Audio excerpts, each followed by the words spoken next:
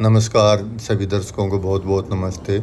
पिछले दिनों मैंने रेयर फ्लावर्स पे एक वीडियो बनाया था। उसमें दर्शकों ने इतनी रिक्वेस्ट की कि साहब डक फ्लावर के ऊपर एक अलग से वीडियो बनाइए। आज मैं डक फ्लावर के ऊपर एक अलग से वीडियो बना करके आप लोगों को पेश कर रहा हूँ। डक फ्लावर, जिसको इंग्लिश में डक वाइन भी कहते हैं, बतख बेल भी बोलते हैं। बतख जैसी शक्ल इस फूल की लगती है, इसलिए बतख बेल बोलते हैं।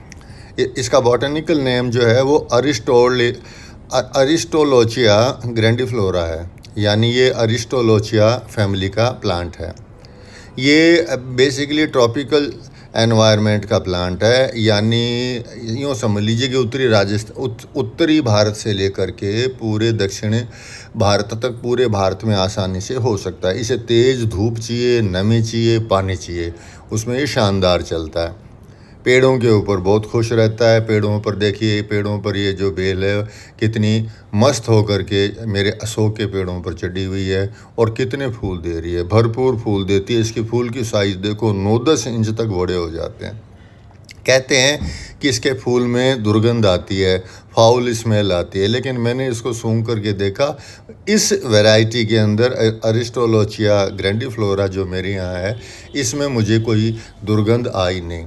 उल्टा मेरे को तो ये लगता है कि इसमें हल्की सी कोई गंध है, जिससे पॉलिनेटर अट्रैक्ट होते हैं और पॉलिनेटर आकर के वो पॉलिनेशन में मदद भी करते हैं। चलिए अब इसके बारे में, बेल के बारे में और भी जानकारी प्राप्त करें। देखिए कितनी विशाल रूप से ये फैली हुई है और ये इसके जो पत्ते हैं वो हृदयाकार हैं, गुडुची गिलोय के पत्तों से मिलते जुलते से हैं और बहुत ही वाइल्ड ग्रोथ करती है। एक बार अगर पनप जाती है तो बहुत ही वाइल्ड ग्रोथ करती है। इसको गर्म क्लाइमेट चाहिए, ट्रॉपिकल और सब ट्रॉपिकल क्लाइमेट के अंदर ये बेल खुश रहती है। जहाँ तक इसको फूल देने का सवाल है, करीब करीब ये 12 महीने फूल देती है। सर्दियों में इसमें फूल थोड़े से स्लो मोशन में चले जाते हैं, यानी धीरे धीरे आते हैं। इसकी जो ग्रोथ हैबिट्स है वो इसके लिए यूँ कह सकते हैं कि ये फास्ट ग्रोइंग बेल है और पेड़ों पर चढ़ जाती है। हाँ, सपोर्ट इसको अवश्य चाहिए, क्योंकि जिस तरीके से इसने ग्रोथ ले रखी है उसमें सपोर्ट तो बहुत ही आवश्यक है। देखिए कितना सुंदर ये फूल लगता है, साक्षात ऐसा लगता है जैसे कोई डक बैठी हुई हो। सपोर्ट चाहिए इसको। बेसिकली एक आउटडोर बेल है जिसको पार्शियल या फुल सनलाइट चाहिए।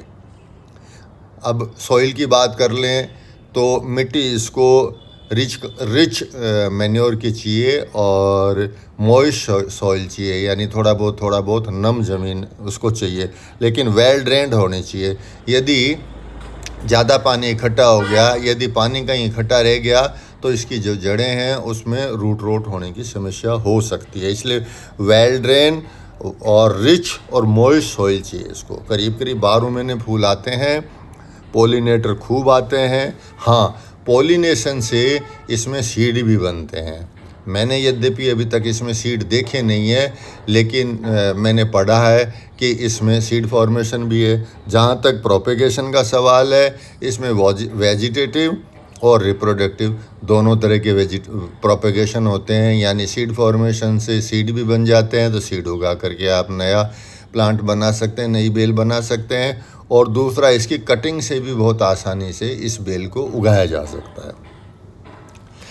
आसपास में ये पॉलिनेटर अट्रैक्ट करती है, इसलिए पॉलिनेशन में भी ये बहुत ही अच्छा सहायक बेल होती है। अब इसमें बीमारियों की और फर्टिलाइज़र की बात कर लें तो इसमें सामान्यतः कोई बीमारी आती नहीं है, लेकिन हाँ, इसमें यदि वेल ड्रेन सॉइल नहीं हो, पानी इकट्ठा हो जाए तो रूट रॉट की प्रॉब्लम आ जाती है, इसकी जड़ें गल जाती हैं और ये बेल नष्ट हो जाती है। दूसरा, इसमें कभी कभार पानी ज़्यादा देने से इसमें फंगल अटैक भी आ जाता है। जड़ों, खासकर जड़ों और तने के अंदर फंगल अटैक आ जाता है। तो किसी भी साफ टाइप फंगिसाइड का उपयोग करने से कोई प्रॉब्लम नहीं आती। कभी कभार सर्दियों में इसमें एफिड का अटैक हो जाता है। बीच में मैं बता दूं कि देखिए ये वाला जो दृश्य है वो मेरे घर के बाहर की तरफ का है। इससे पहले के जो दृश्य थे वो घर के अंदर की तरफ से थे, ये बाहर से लिया हुआ दृश्य है। और घर के बाहर भी ये बाउंड्री वाल के पास अशोक के पेड़ों पर चढ़ी हुई है। अब देखिए कितना सुंदर दृश्य उत्पन्न कर रही है। घर के बाहर भी कितने फूल आए हैं। आज तो इसमें कोई 50 फूल हैं, 50 फूल है। एकदम फूलों से भर गई है ये बेल। जिधर देखो उधर फूल ही फूल है, नीचे भी फूल है, नीचे तक देखो ये फूल हैं, उसकी बर्ड्स हैं लटक रही हैं। तो हाँ, तो मैं कह रहा था बीमारियों की तो रूट रॉट, फंगल अटैक और एफिड्स के अलावा सामान्यतः इसमें कोई बीमारी नहीं होती। मेडिसिनल यूज़ के बारे में कहते हैं कि ये बुखार में और सांप के कांटे में काम आती है, लेकिन जहाँ तक मेडिकल लाइन के लोगों का कहना है वो स्ट्रिक्टली मना करते हैं कि इसकी लीव्स और इसके फ्लावर्स में टॉक्सिसिटी होती है, इसलिए बिल्कुल उपयोग में नहीं लेवें। तो मेरी भी राय है कि बिल्कुल उपयोग में ना लेवें। आप इसे बाज़ार से भी ख़रीद सकते हैं, आप इसे कटिंग से भी लगा सकते हैं। लगाएं, शानदार बेल है। धन्यवाद, बहुत बहुत धन्यवाद।